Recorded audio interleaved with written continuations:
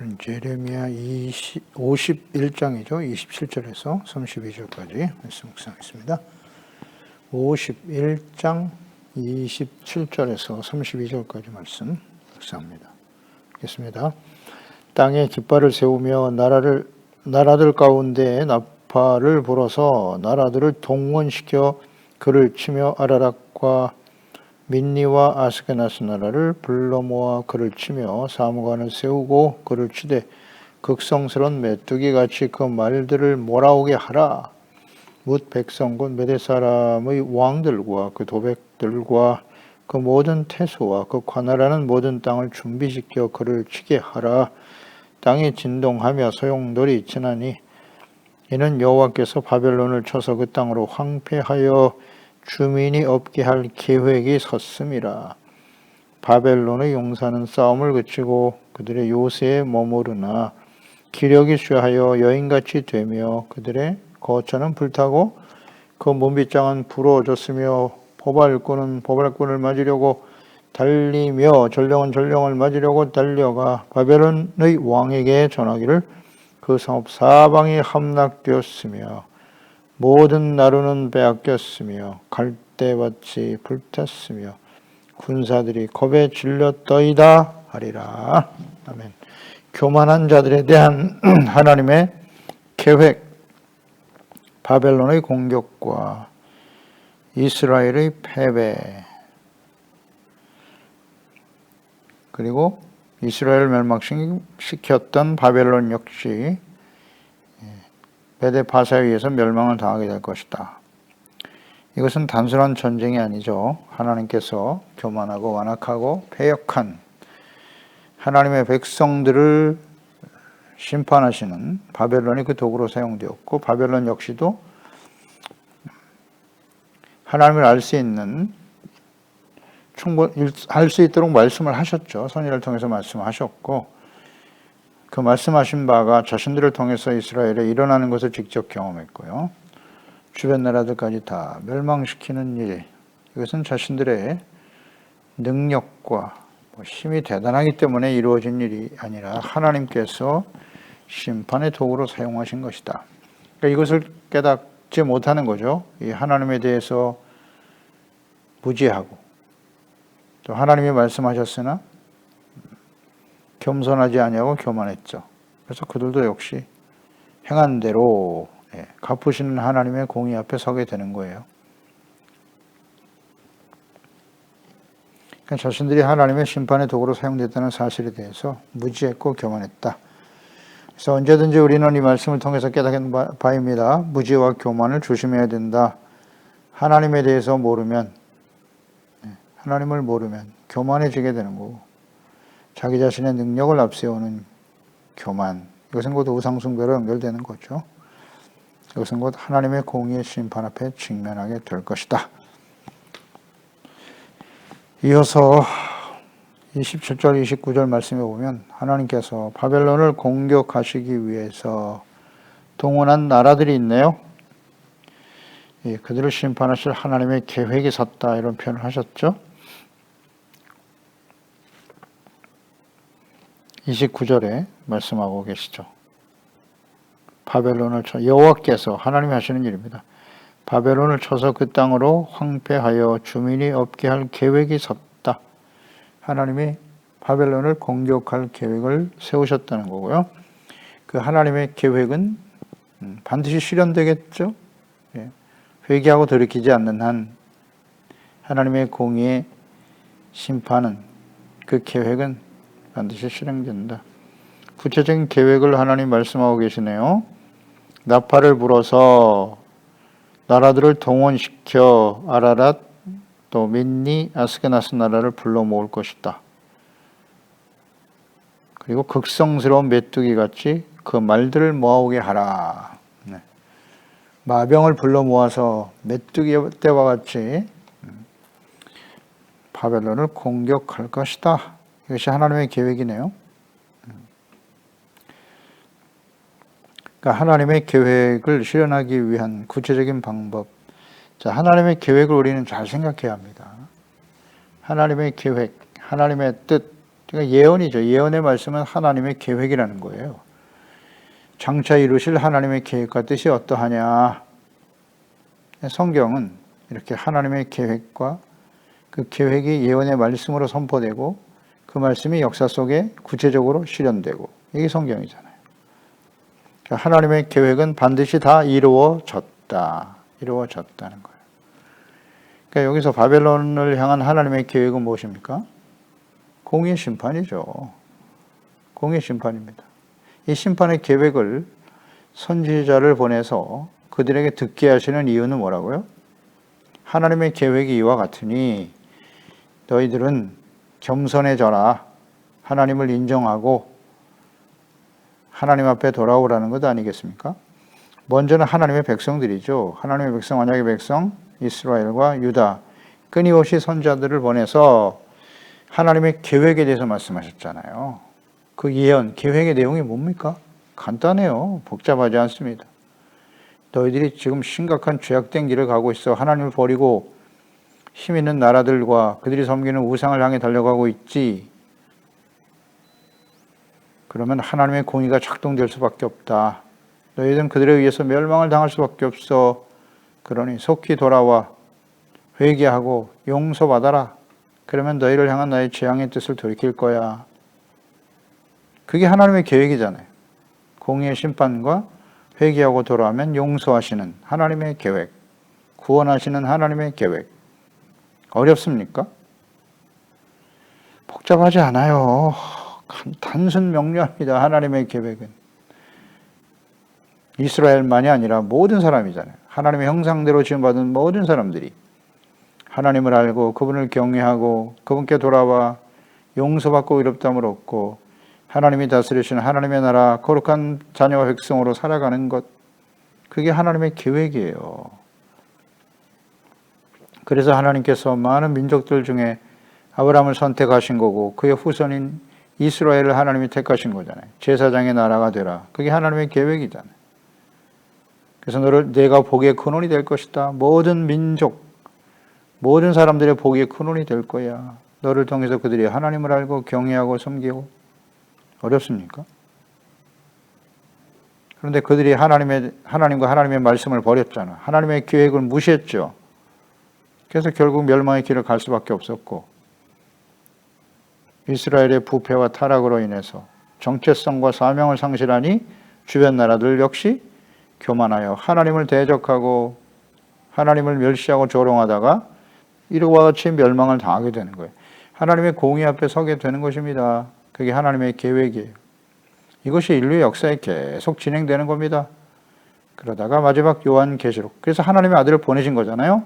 하나님의 아들 예수 그리스도를 보내신 하나님의 계획과 뜻은 무엇입니까? 예수 그리스도 앞에 십자가 밑에 나와서 죄를 깨닫고 회개하고 용서받아 의롭다함을 얻고 하나님의 자녀가 되고 하나님과 화목하고 하나님과 함께 동행하며 살아가는 것이다. 그렇잖아요? 거룩한 자녀와 백성답게 살아가라. 그래서 교회와 그리스도인들, 하나님의 자녀들은요, 구약의 이스라엘 백성들과 마찬가지잖아요. 왕 같은 제사장으로서 그 역할과 사명을 다하며 살아가야 한다. 그래서 많은 사람들이 예수 그리스도를 알고 진리를 믿고 하나님께 돌아와 용서받고 하나님의 자녀가 되어 하나님이 다스리시는 하나님의 나라 그의 의를 삶의 우선순위로 삼고 살아가는 사람들. 빛된 삶이잖아요. 거룩한 삶이죠.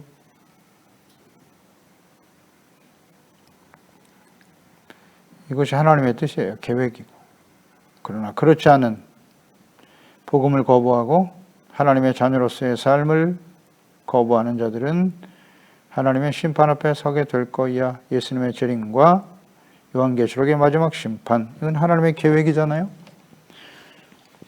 준비된 사람은 주님과 함께 구원받아 영광스러운 하나님의 나라에 서게 될 것이고 하나님의 나라를 유업으로 받게 되는 것이고 이것을 거부하고 돌이킬 수 있는 기회를 저버리면 하나님의 진노 앞에 서는 거죠. 이게 하나님의 계획이에요. 뭐 어렵지 않아요. 하나님의 계획입니다. 하나님께서 지금 나라들을 이렇게 동원하시면서 바벨론을 치게 하시는 이런 과정을 우리가 묵상하잖아요. 자, 하나님은 전능하신 분이세요. 그러니까 뭐 계획과 뜻을 실현하기 위해서 이렇게 나라들을 동원하시잖아요. 그리고 통치자들의 마음을 충동시켜서 전쟁에 임하도록 하셨다.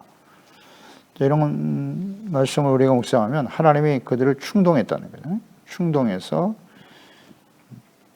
이스라엘을 치고 교만한 나라들을 공격하셨다. 그러면 하나님께서는 사람들의 마음을 이렇게 충동하신다고 하셨는데 고의로 그러면 범죄를 하게 하시는 분입니까? 하나님이 죄를 짓게 만들어요? 사람들을 충동시켜서? 그럴까요? 이 말씀 어떻게 이해해야 됩니까? 하나님이 악을 조장하시는 분입니까? 아니요입니다. 충동하신다라고 하는 것은 본래 하나님이 없는 하나님의 자녀들도 마찬가지고 하나님 앞에 범죄하여 하나님과 단절된 상태에서 살아가는 아담과 하와의 후손들 모든 사람들이죠. 본래 그 마음속에 교만과 욕망을 가지고 있어요. 죄악의 본질이죠. 모든 사람은 그런 상태에서 죄악 가운데 사는 거예요. 그러니까 하나님이 죄를 짓도록 죄가 없는 의로운 사람을 죄를 짓게 만드는 게 아니고 원래 가지고 있었던 교만과 욕망대로 그냥 행동하도록 하나님이 그냥 내버려 두시는 거예요. 방임하는 거죠. 사람들의 교만과 욕망은 끝이 없거든요. 그냥 방임하시는 거지 죄를 짓도록 멀쩡한 사람을 죄 짓게 만드시는 분은 아니다. 로마서 1장에 잘 나와 있죠. 이 부분 잘 우리는 이해해야 합니다. 1장 20절 25절에 창세로부터 그의 보이지 아니하는 것들 곧 그의 영원하신 능력과 신성이 그가 만드신 만물에 분명히 보여 알려졌나니 그러므로 그들이 핑계하지 못할 것이다. 천지 만물 자연 하나님이 창조하신 자연 속에 하나님이 잘 나타내 주셨다고 자기 자신을. 그러나 하나님을 알되 영화롭게 하지도 아니하며 감사하지도 아니하고 오히려 그 생각이 허망해지며 미련한 마음이 어두워졌다. 그러니까 스스로 지혜에 따라 어리석게 돼서 썩어지지 아니하는 하나님의 영광을 썩어질 사람과 새와 짐승과 기어다니는 동물 모양의 우상으로 바꿔버렸다는 거죠. 하나님을 알만한 사람들이 말이죠. 우상을 향해 달려갔다. 그러므로 하나님께서 그들을 마음의 정욕대로 더러움에 내버려 두사 그들의 몸을 서로 욕되게 하셨다. 보세요. 하나님이 분명히 자신을 나타낼 수 있도록 계시하셨는데 사람들이 이것을 우상으로 바꿔버리면서 그 마음의 정욕대로 더러움에 내어버려 두셨다는 거예요. 원래부터 욕망과 교만에 사로잡혀 있는 사람들을 그대로 살아가도록 두셨다. 28절 이하에도 보면 1장 28절이죠. 그들이 마음에 하나님 두기를 싫어하며 하나님께서 그들을 그 상실한 마음대로 내버려 두사 합당하지 못한 일을 하게 하셨다. 그들이 상실한 마음대로 그냥 버려두신 거예요. 그래 너희들이 생각대로 살아가도록 하나님이 방임하시는 순간 모든 불의, 추악, 탐욕, 악의가 가득한 자요, 시기, 살인, 분쟁, 사기, 악독이 가득한 자요, 수군수군하는 자요, 비방하는 자요, 하나님께서 미워하시는 자요, 능욕하는 자요, 교만한 자요, 교만, 자랑하는 자, 악을 도모하는 자, 부모를 거역하고 우매하고 배약하고 무정하고 무자비한 자라. 이것이 원래 사람들의 마음속에 가지고 있는 악의 성향이죠. 그들이 이 같은 일을 행하는 자는 사형에 해당한다고 하나님께서 정하심을 알고도 자기들만 행할 뿐 아니라 또한 그런 일을 행한 자들을 옳다 하느니라. 옳다고 여긴다고요. 그러니까 상실한 마음대로 하나님이 내버려두면 이런 일들이 벌어진다는 거지. 원래 이런 성향을 가지고 있어요. 하나님을 떠난 사람들은. 그 마음속에 하나님이 없는 사람, 마음에 하나님 두기를 싫어하는 사람들은 이런 모습을 가지고 살아갈 수밖에 없다. 또 그런 일을 행하는 사람들을 옳다고 여긴다는 거잖아요. 이것이 오늘날 이 시대의 사람들이 말하는 정의인 것입니다. 법치를 주장하고 정의를 말하죠. 그들의 마음속에 하나님이 없으면 다 이와 같은 모습을 가지고 살아갈 뿐이에요. 속으면 안 됩니다. 이 땅에 온전한 정의가 있습니까? 하나님의 말씀을 떠난 정의가 세상에 있나요? 착각하면 안 돼요. 모든 사람들이 다 정의를 말하지 없어요. 없어요. 그냥 자신의 욕망과 자신이 원한 대로 그냥 살아갈 뿐이에요. 자신은 정력에 충실할 뿐이라고. 교만하고. 그 인간의 본질, 죄악의 본질 아닌가요? 뭘 기대합니까? 그런 사람들에게 대해서? 착각하면 안 돼요. 다 이렇게 살아가는 거예요, 다. 어떤 무슨 특정한 정치 세력이 더 공의롭다고요? 그렇지 않아요. 하나님 말씀을 알면 이게 다 보이잖아요. 하나님이 이렇게 말씀하시잖아요. 상실한 마음에 하나님 두기를 싫어하니까 상실한 마음대로 그냥 버려두시는 거예요. 그대로 사는 거지 그냥. 그런 가운데 살던 저희들 아닙니까? 그런데 하나님의 성령께서 우리 가운데 임하셔서 하나님 앞에 서게 하고 말씀 앞에 우리가 얼마나 심각한 죄인인 것을 깨닫게 하시잖아요. 그래서 회개하는 거죠. 예수 그리스도의 보혈로 씻음받고 구속의 은혜를 받아들일 때 의롭다함을 얻고 용서받고 하나님의 자녀가 되는 거잖아요. 그리고 그 이후에 살아가는 삶의 여정에 끊임없이 범죄하죠. 이 악하고 폐역한 세대 속에서. 이 세상에는 마음에 하나님 두기를 싫어하는 세대예요. 그들과 영향을 받으며 살고 있잖아요. 그러니까 또다시 범죄하게 되고 그래서 또 말씀 앞에 서고 죄를 깨닫고 돌이키고 용서받는 하나님은 그냥 욕심대로 살도록 버려두실 뿐이지 사람들을 죄짓게 만드는 게 아니에요. 죄가 없는 완전한 사람을 죄짓게 하신다? 절대 그렇지 않습니다. 그냥 내버려 두시는 거예요. 그러니까 이런 악을 행하는 거죠. 사람의 욕망은 끝이 없죠. 바벨론 왕 느부갓네살 바벨론 왕뿐입니까? 그 이후의 세대들 보세요. 메데파사 얼마나 강력한 나라. 그 이후에 헬라, 알렉산더. 헬라 보세요. 얼마나 강력하게 욕심이 끝이 없어. 모든 세상을 다 점령하려고 하지. 그냥 내버려 두니까 전쟁을 통해서 모든 사람들이 하나님의 진노의 심판에 공의의 심판의 도구가 되는 거예요. 그 이후에 또 헬라가 일어나잖아. 헬라 이후에 로마가 일어나죠. 모든 나라를 지배하고 다스리죠. 어쩔 수 없어요. 이 욕망은 끝이 없는 겁니다. 또 제국주의가 일어나서 말이죠.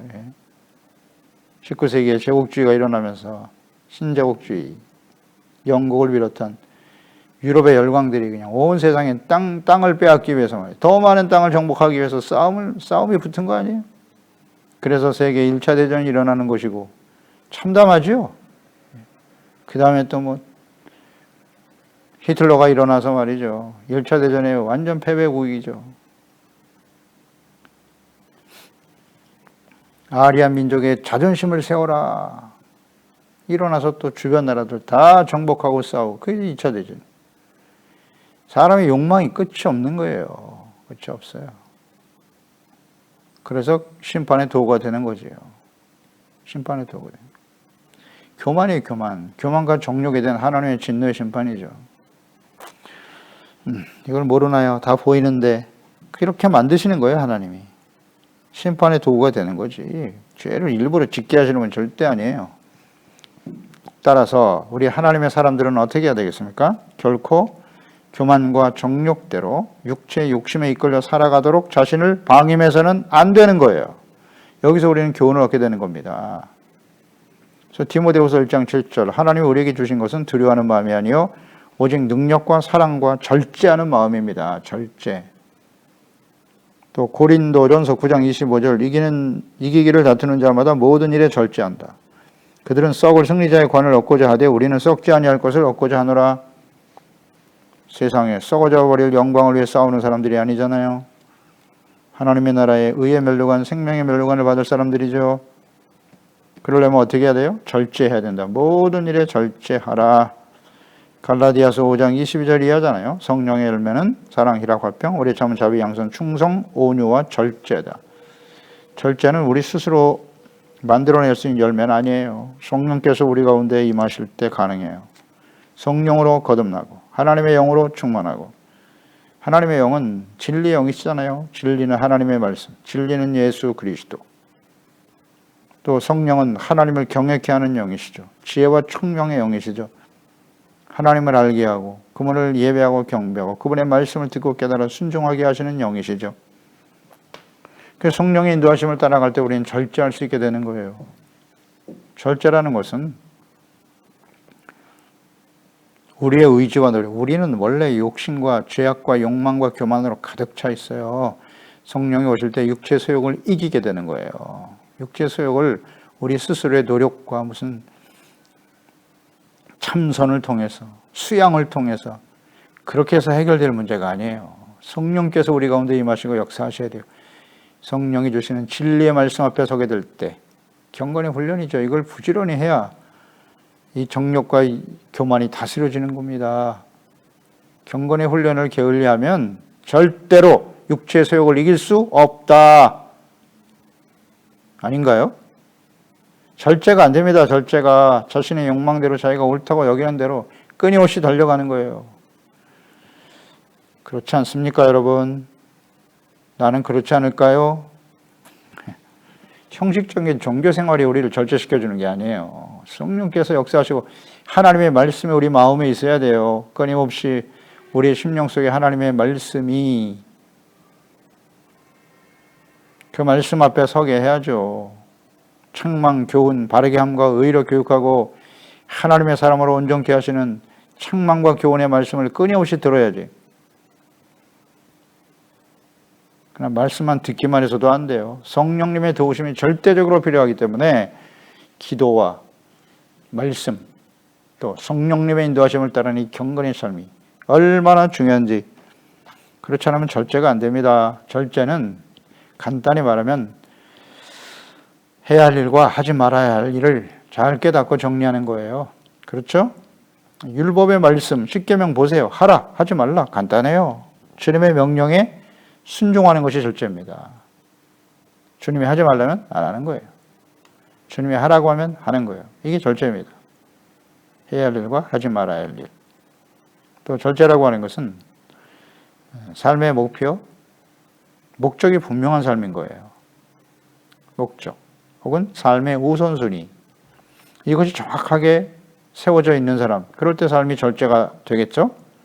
그리고 또 하나는 절제와 관련돼서 우리가 묵상되면 자기 정체성과 사명이 분명한 사람이에요. 내가 누구냐? 내가 누구냐? 나 하나님의 자녀지. 그러면 죄악된 삶에 함께할 수 없는 거예요. 나는 의로운 하나님의 자녀이기 때문에. 정체성 상실은 절제를 깨트리는 거예요. 절제할 수가 없어. 내가 하나님의 자녀인데. 정체성, 사명, 내가 해야 할 일이 무엇이지? 이게 분명하니까 삶의 절제가 되는 거예요. 절제가 되는. 그 운동선수들 보세요. 목표가 분명하지. 금메달을 따야 돼. 그러면 어떻게 해야 돼? 끊임없이 자기를 훈련시켜야죠. 그래서 모든 것을 절제하고 끊는 거예요. 가족들과의 만남도 끊고 최선을 다하잖아요. 그런데 그들은 썩을 면류관을 위해서 그렇게 열심히 하는데 우리는 썩지 아니할 영원한 영광의 면류관을 향해 달려가는 하나님의 자녀들이 말입니다. 이 절제 삶을 하지 못한다? 경건의 훈련을 계속하지 못한다? 훈련에 게을른 사람이 어떻게 금메달을 땁니까? 불가능한 일이죠. 스스로를 속이는 거지, 그거는. 그렇지 않습니까? 우리는 하나님의 자녀들이잖아요. 영원한 영광의 면류관을 바라보는 사람들이 게으르고 나태합니까? 그러면서 적당히 세상과 타협하면서 죄 짓고 먹을 거 다 먹고 말이죠. 누릴 거 다 누리면서 나는 천국 갈 거야. 정말 그럴까요? 소아시아 일곱교회 마지막 심판이 임박한 시대에 하나님께서 교회들에게 주신 명령이 무엇입니까? 이기는 자가 되라는 거 아니에요. 이겨라. 훈련이 없이 어떻게 이깁니까? 훈련이 없는 군대가 어떻게 전쟁에서 이깁니까? 참 불가능한 일이잖아요. 이런 걸 좀 조금만 생각해 보면 다 이해가 되지 않습니까? 절제가 얼마나 중요한지. 절제하지 못하면 절대 이기지 못해요. 이건 훈련을 통해서 이루어지는 겁니다. 그러니 말씀 묵상, 기도, 성령님의 인도하심을 따르는 삶, 경건의 삶을 어찌 게을리하겠습니까?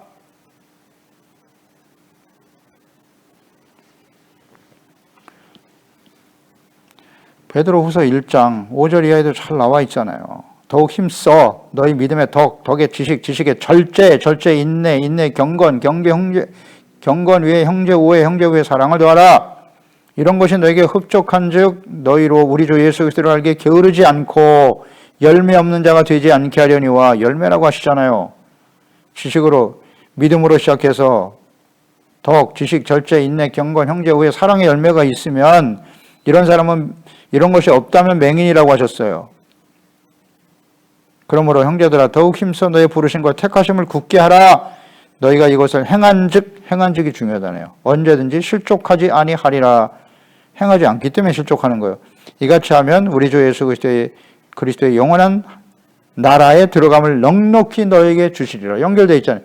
절제되지 않고 훈련되지 않은 사람이 영원한 하나님의 나라에 들어갈 수는 없다는 거잖아요. 우리는 이 부분을 자꾸 간과하죠. 그저 주일 한번 나가서 예배드리고 일주일 동안은 자신의 욕망을 위해서 세속적인 쾌락에 빠져 살아가면서 경건의 훈련을 게을리하면서 영원한 하나님의 나라에 들어갈 거야? 성경에 어디에 그런 말씀이 있습니까? 이게 다 속이는 겁니다. 여기 속으면 안 돼요. 절제입니다. 절제된 사람들이 나중에 승리하는 거예요. 그 싸움에서 이길 수 있죠.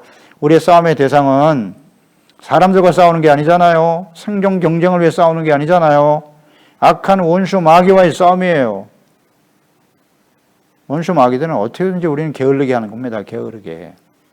하나님과 말씀 앞에 서 있지 못하게 하는 거예요. 하나님에 대해서 무지하게 만드는 거예요. 말씀에 대해서 모르게 하는 거예요. 무지는 것 교만이요. 자기 속에 오른 대로 살게 되는 것이고 그것은 곧 우상숭배다. 그러면 하나님의 공의의 심판 앞에 서게 될 것이다. 사탄이 하는 일이죠.